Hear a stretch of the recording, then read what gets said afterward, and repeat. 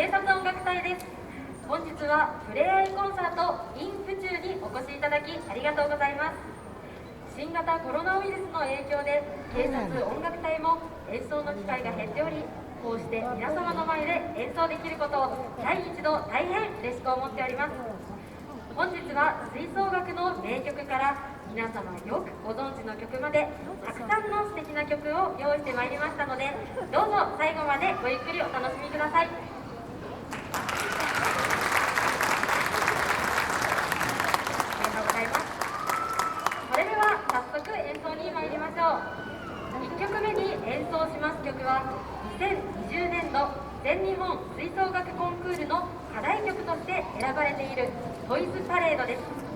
曲名にもありますように、この曲はおもちゃたちが楽しくパレードをしている様子を思い描くことができる、とにかく明るい楽しいマーチとなっています。それではお聴きください。トイズパレード、演奏指揮は河野重森学長です。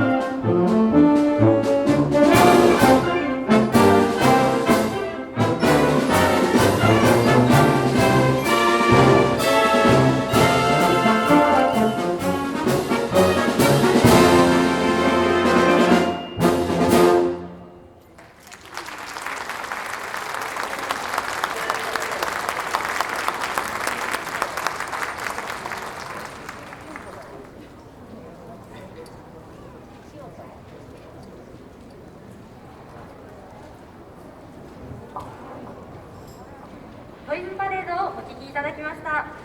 突然ですが、皆さんは春に咲く日本を代表する花で演奏されるのは何ですか？華やかに咲き、儚く散っていく桜ではないでしょうか。次にお聴きいただく曲は2012年度吹奏楽コンクール課題曲の桜の歌です。この曲は桜の美しく華やかに咲き乱れる姿、そしてパッと散っていく儚さが表現されている曲です。また3月は別れの季節、皆様の周りでもご卒業などさまざまな別れがあったと思います。私たち警察音楽隊も毎年4月になれば新たなメンバーが加わる楽しみもあれば、3月に音楽隊を卒業したり所属が変わったり、今まで音楽を一緒にやってきたメンバーとの悲しい別れもあります。そして本日のふれあいコンサートはこのメンバーでの最後の演奏会です。誰かとの別れは悲しいものですが、また春になって桜が咲いたらこの曲をと私たちの演奏を思い出してください。本日の皆様との出会いを大切に心を込めて演奏します。桜の歌です。